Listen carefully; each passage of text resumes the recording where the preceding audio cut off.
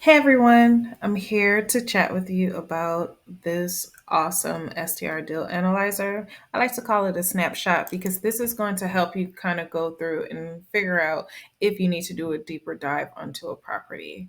So, this deal analyzer is going to determine your break even point based off of your monthly expenses and fees and also off of the average daily rate and occupancy rate. So, the only thing that you would need in order for this to work is you need to actually get your ADR or your average daily rate and your occupancy rate. I like to use AirDNA.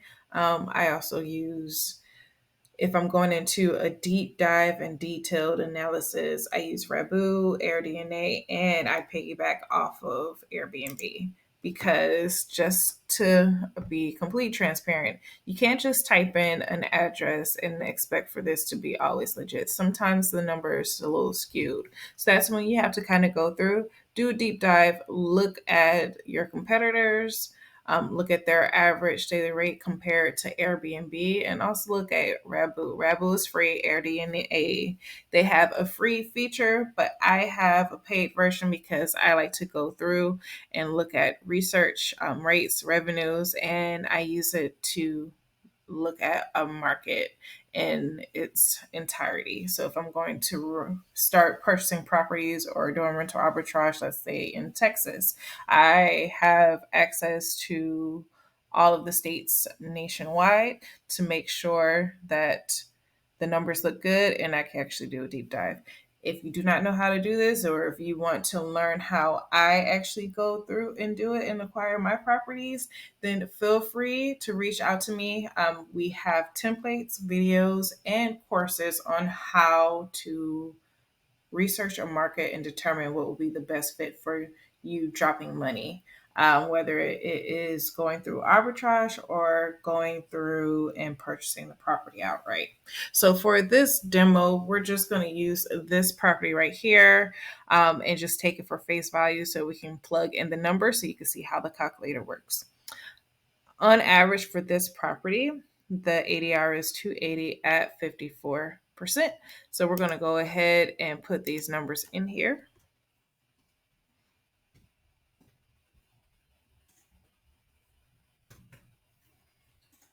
Automatically, it'll start popping out numbers, but we haven't put in our expenses or our startup costs. So this is definitely not how much you're going to make off gate. But on average, your gross monthly operating income is going to be a little over 4,500. That's not too shabby. A good thing to remember is always know your non-negotiables. So for me, my rule of thumb is that if I can't make my rent or mortgage within 14 days, then I am not going to acquire this property. Another thing for me is if I do not have, well, yeah, another thing is the cash flow. If my cash flow is under 1,000, it's not worth my time, especially if I'm managing it. The headache alone of having a furnished rental or bed and breakfast and things like that, it doesn't make sense. So I need to have at least 1,000 per door. And then two, occupancy rate. I try to have an occupancy rate of at least 60, maybe 55% minimum. My goal is to get 80 to 85% occupancy rate, but off gate, the property needs to have well over 50% of an occupancy rate for me to even entertain the deal. Those are my non negotiables. You have to determine your non negotiables and you have to stick with it and make sure you insert them into your numbers so that you can see if the property is going to be fruitful or not. All right, let's get back to it. So I'm just going to go ahead and say for this property, I am renting it out. This is an arbitrage property, and I am paying 2,200 a month. Now, for maintenance, this is where you're going to go through. This number is automatically calculated. And also, if there's anything on here that is has calculations and things like that, you're going to have a little pop up that says, "Hey, you shouldn't change this. This is going to affect the spreadsheet." That's just a precaution to make sure that you do not change it and mess up all of the calculations that are going on within the spreadsheet. So please be mindful of that. And let's get back to the maintenance part. So, if you're renting it out, you're probably saying, hey, the landlord's going to take care of all the maintenance. Why do I need to put a number in there?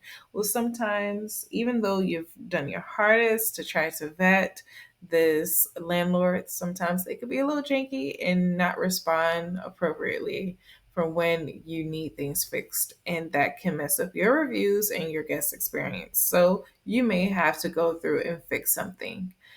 So I always like to have a little bit of contingency off of that. And also to sweeten the pot, I always tell landlords if there's anything under $300 they need to get fixed outside of like appliances and things like that, I will cover. And usually that helps me to win them over for me to sign a lease with them.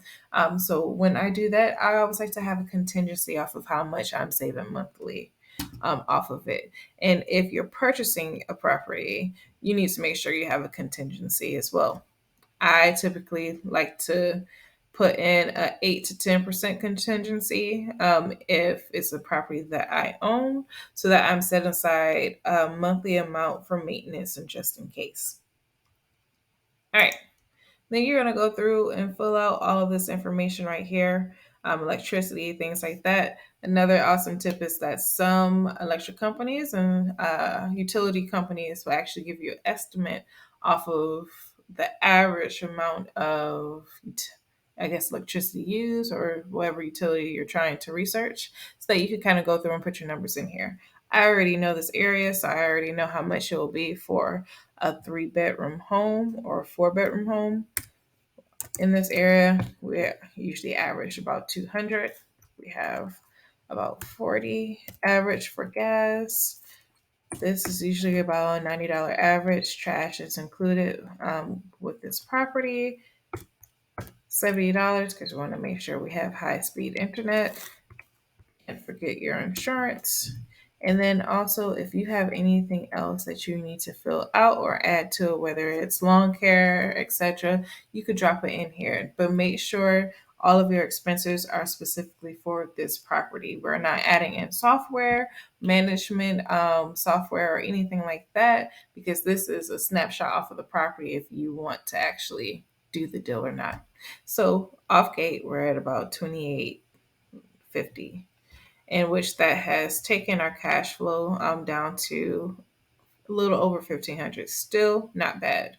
Now, if you are having a property manager to manage this for you, you need to make sure you put the expense in here. I manage my own property, so I don't have to worry about that, but you can go through and put that in here, and that will help you kind of determine what your numbers are going to look like. I'm going to put 0 in here for now because I have my own in-house team.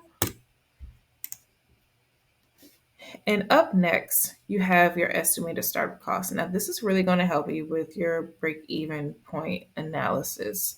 Now, this is going to help you know when you're going to break even and when you're going to turn profit. This is extremely important because I think a lot of investors, they look at how much their cash flow is going to be and they're like, yes, awesome. It's going to be 1,600. I'm a little over 1,600. Let's go ahead and do the deal. But if you're doing rental arbitrage, for example, and you're signing a 1 year lease, yes, you may be cash flowing that, but you may not break even until December or November. So this is why we have to put in our numbers to see how long of a lease we would need to have in order to turn profit. For this 3 to 4 bedroom, I always like to put really nice things into the home and really allow it to stand out. I may drop about good 20,000 off of furniture for this property. We have about 250 for video and photos. No repairs, moving costs. If you have moving costs, moving things from a storage unit into the property, then you want to make sure you account for that. And then if you have an interior designer, If designing is in your jam and staging is in your dream, I highly recommend you hire someone. Or if you just don't have time, make sure you have someone who understands short term rentals, what needs to be in there to help you turn profit and maximize as well. So that's all of the numbers that I have. It says on average, my startup cost is going to be 21,000. So it calculates the automatically cash flow right here, in which, because this is a snapshot, is only going off of the estimate and it's just circulating the same number over and over. Now, you're not going to have this within your business. It's not going to be the same number every single month. It's going to fluctuate based off of seasonality, based off of other factors. Your numbers are going to fluctuate for cash flow. But for this purpose and of doing a snapshot, we're going to just keep the number the same, so we can see what our break even point is going to look like. Now, as you can see, we are not even going to break even throughout the first year, which is bad. If I had just went off of cash flow, I would have gotten the property. But let's say this is an arbitrage, and at the end of our lease, the landlord decides to sell, or they decide they don't want to rent to you, or you don't want the property. You're pretty much out of money. You never broke even, you never turned a profit. That is a big no no. So, this is why we like to put in a break even point on here for your snapshot, because it may mean that you may need to sign a 2 year lease if you're confident in the area, and just to make sure that you turn profit. Now, let's kind of play with the numbers. Let's say the property was already furnished rental previously and we're just taking over from someone else. So we didn't have to put that much in there. We only had to put about 5,000 for furniture and inventory. Well, now we're going to be breaking even between this point, March and April. And now we're starting to turn profit. And at the end of the year, we would have made about 14,000, a little over 14,000. Not too shabby, but this will help us determine, hey, this is what I need to turn profit, and I need to rent it out longer, or I need to incorporate this when I'm looking at purchasing, whether this is just an equity type of deal and we're trying to build up equity, not necessarily focusing too much on cash flow because we have to repair or do any estimates. But this is going to help you understand that. So I hope this helped. If you have any questions, feel free to reach out to me. I'll be more than happy to help. Or if you want to learn how to do a deep dive into researching an area and learning how to get started, feel free to shoot me a message. We'll be more than happy to assist you and push you into the right direction. All right, guys, I hope you have a wonderful day. Till next time, bye.